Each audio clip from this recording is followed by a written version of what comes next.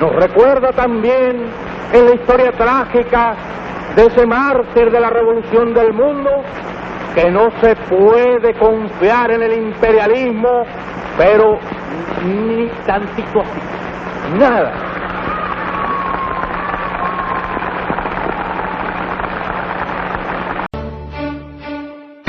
Juscelino e Jango recebem Fidel Castro no Palácio. A Revolução Cubana, a corrida espacial e a Guerra Fria ocupam os espaços na mídia e esquentam o debate político ao redor do planeta. No Brasil, Jânio Quadros é eleito presidente e assume em janeiro de 61. Jango Goulart é reeleito como vice.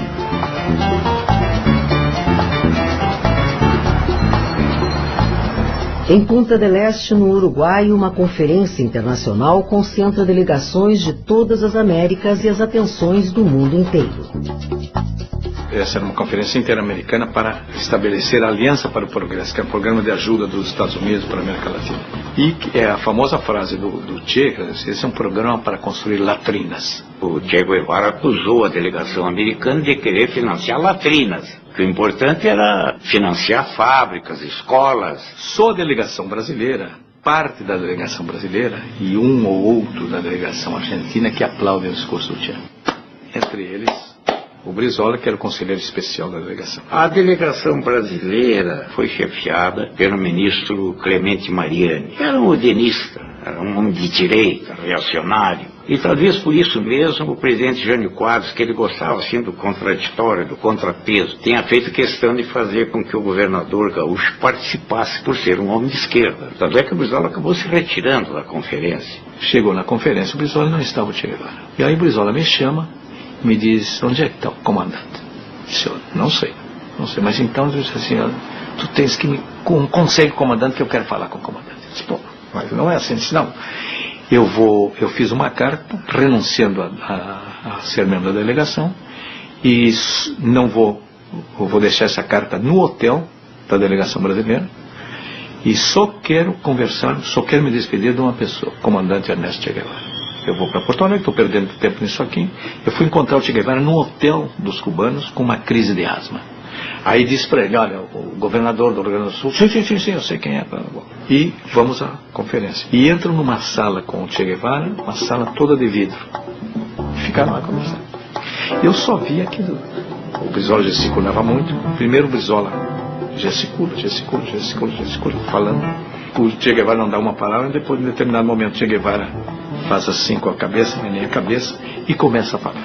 Aí começa o diálogo, começa a falar, os dois.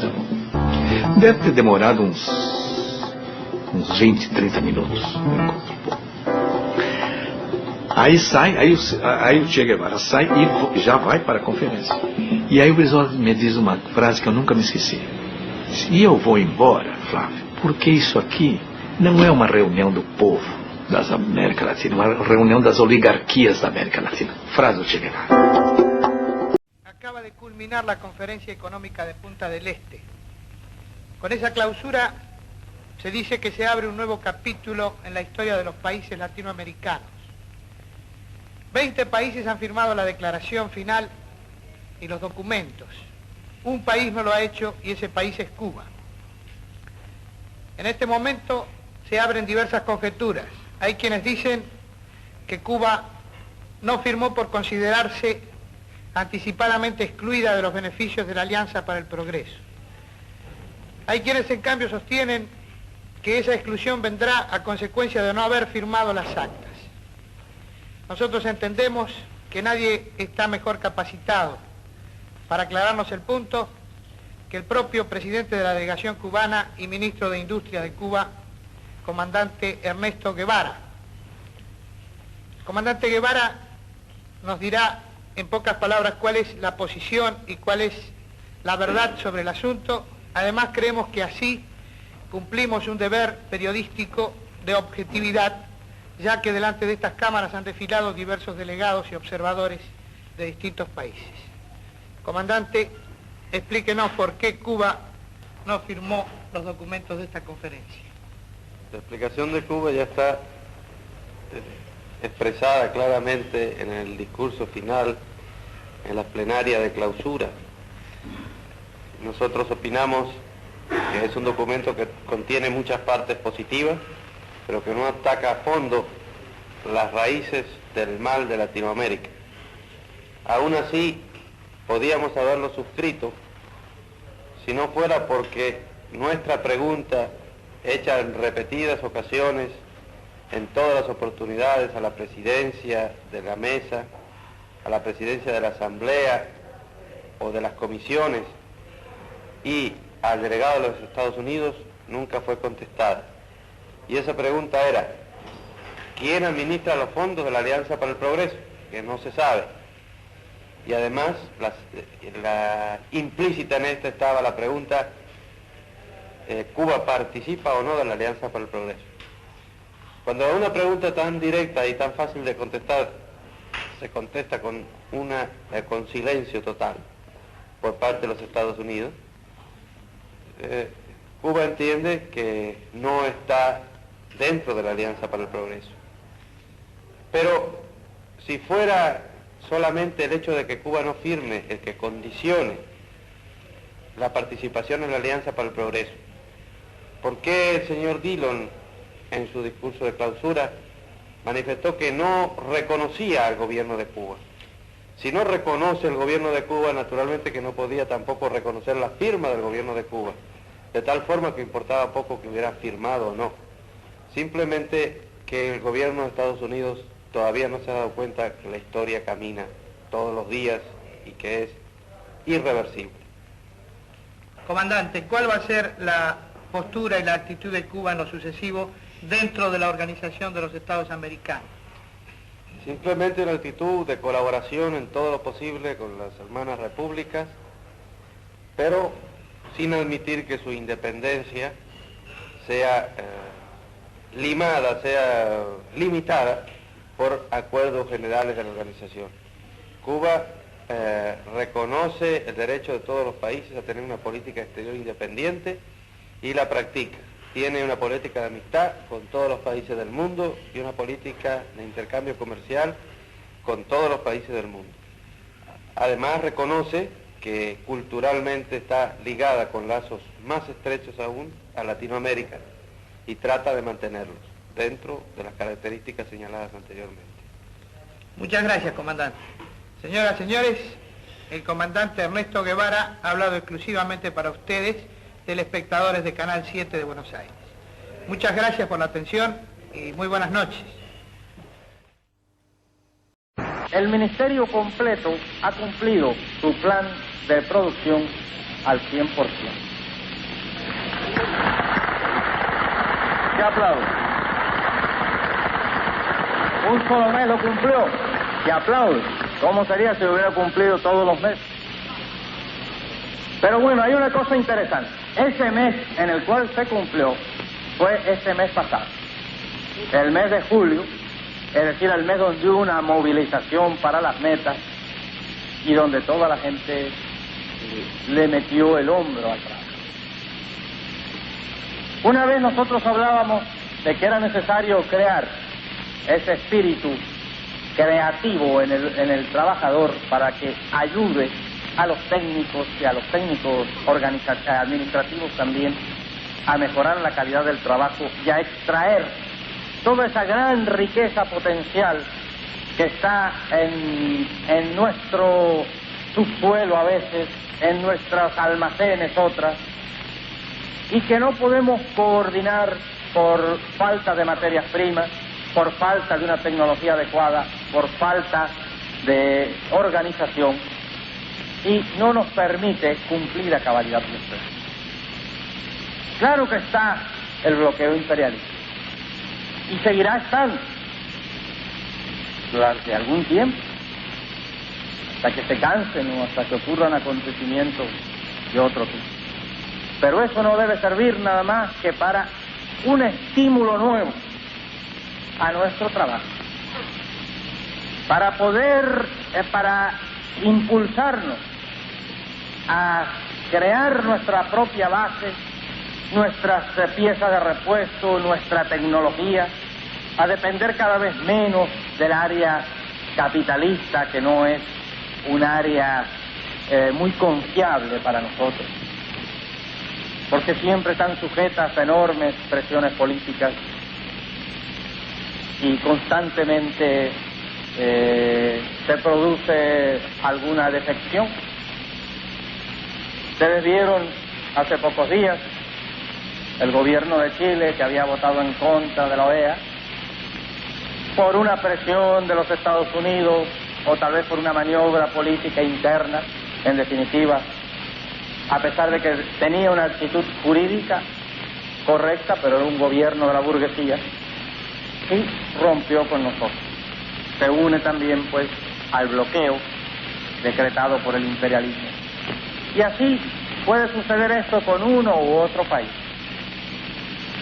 Entonces nosotros tenemos que tener una base muy sólida nuestra, que nos permita aprovechar al máximo del comercio mundial, pero nunca depender de él. Es decir, que nos permita, por ejemplo, tener relaciones con todos los países con los cuales tenemos relaciones ahora, aumentarlas, pero que no tenga eso que jugar para nada, como no puede ser, con problemas de conciencia, problemas de principios de la realidad. Una vez, hace un tiempo, el gobierno francés estuvo muy enojado con nosotros porque nosotros apoyábamos a Argelia, reconocimos el gobierno argelino en armas. En ese momento, pues, también se unía en alguna forma al bloqueo imperialista. Después se adquirió un grado de comprensión mayor por parte misma del gobierno francés. Argelia se liberó, históricamente estaba destinada a liberarse. No podía haber otra solución que la liberación de Argelia. Y todo lo que fuera contra esto era simplemente sumir en la desgracia a un pueblo heroico y además mandar al matadero a muchos soldados franceses. Se arregló aquel problema en la mejor manera posible. Hoy Argelia y Francia mantienen buenas relaciones y nosotros mantenemos inmejorables relaciones con el pueblo hermano de Argelia y buenas relaciones con Francia también.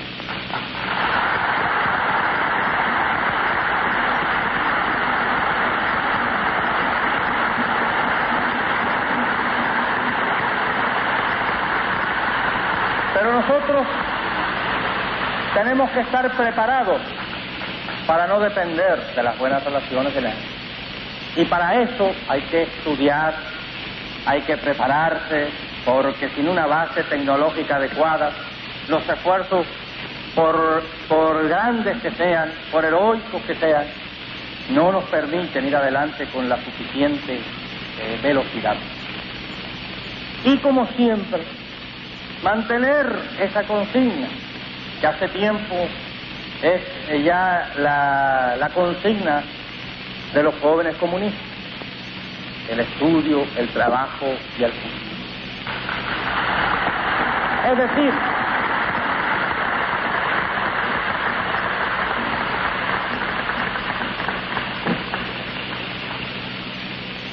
mantenerla siempre como tres banderas a esta consigna de tres palabras, porque las tres tienen importancia en cada momento. Y para poder mantener nuestro derecho a vivir y hablar con la autoridad de país revolucionario, tenemos que tener las tres: el trabajo dirigiendo la construcción del socialismo, el estudio para ir profundizando cada vez más nuestros conocimientos y nuestra capacidad de actuar, y el fusil, obviamente, para defender la revolución.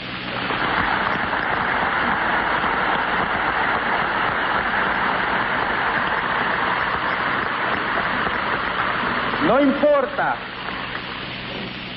que los tiempos sean tiempos donde soplen vientos de fronda.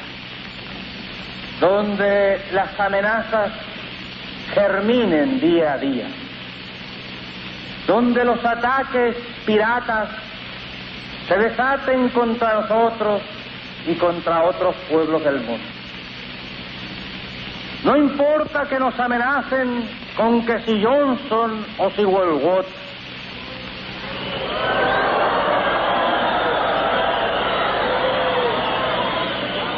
es decir, Juana o su hermana. No importa que cada día el imperialismo esté más agresivo. Los pueblos que han decidido luchar por su libertad y mantener la libertad alcanzada no se pueden dejar intimidar por él. Y juntos construiremos la nueva vida. Juntos, porque estamos juntos, nosotros aquí en Cuba, la Unión Soviética o la República Popular China allá,